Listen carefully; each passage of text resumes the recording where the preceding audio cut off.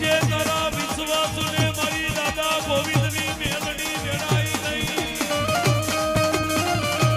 એ સર્વને મારી મેલડી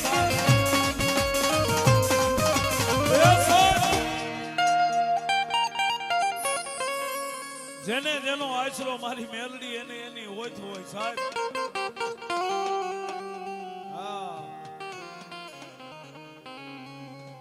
જો માણાના વિશ્વાસે માણા તરી જતો હોય ને